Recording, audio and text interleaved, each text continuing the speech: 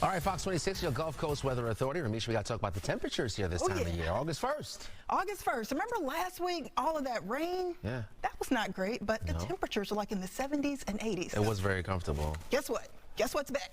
The heat. We're going this way up. The heat, exactly. Those temperatures were close to triple digits for this afternoon. And yes, we've got more of this on the way. A reminder that yes, it is still summertime, so you need to take it easy. Do what you can to stay safe out there in the heat, because we've got more of these temps likely on the way for tomorrow and for the weekend as well. But at least we've gotten rid of a lot of that heavy rain that we had to deal with for so long. As far as tonight, it is still pretty warm and steamy out there. 86 in Houston, but when you sprinkle in the humidity, it feels like it's still close to 100 degrees out there, even at this time of the night.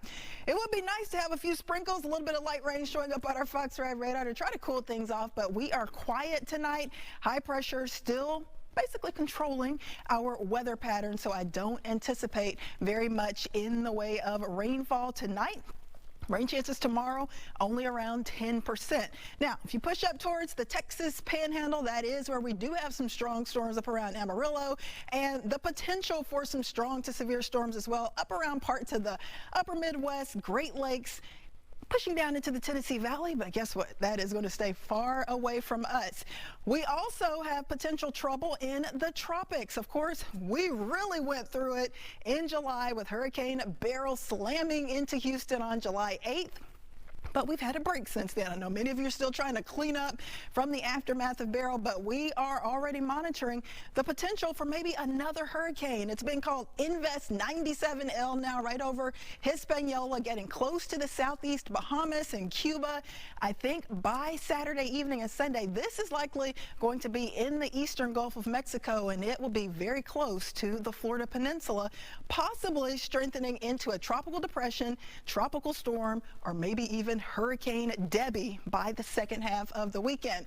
Here is the timeline. Notice that it is likely going to be rolling over Cuba for Friday and for the first part of Saturday, but Saturday evening, Sunday, pushing into the eastern Gulf of Mexico. And when it gets into that super warm water away from that land interaction, that is when it really could blow up and turn into a fairly powerful hurricane. So we are going to monitor this closely.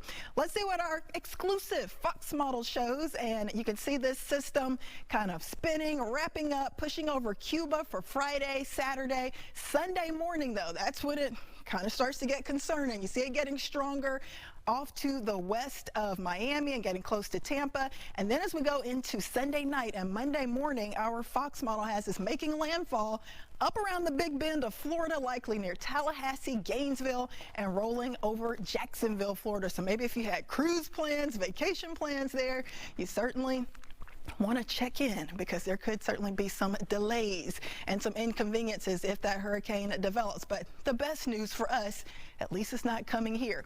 We will have some chances for some downpours, but it's not going to come from tropical activity. We will have our best shot for rain likely on Sunday and Monday around 30%. So overall, we will continue with a lot of heat, very limited rain, and just keep our fingers crossed that nothing from the tropics creeps in our direction. As far as weather where you live for tomorrow, all across Harris County, it is more of the same. Temps climbing close to triple digits. How about 97 in Houston, 98 for you in Aldine, 97 in Tomball, and upper 90s down around Bel Air. So that's going to be the story for the next week. Very hot out there, hazy, humid, and low rain chances in the forecast. If you are looking for that rain, like I said, your best shot would be Sunday and Monday, but I think it's safe to say that most of you are probably sick of all of the rain. We've had close to 47 inches of rain in Houston this year. It's nice to get the break, but the heat is certainly intense.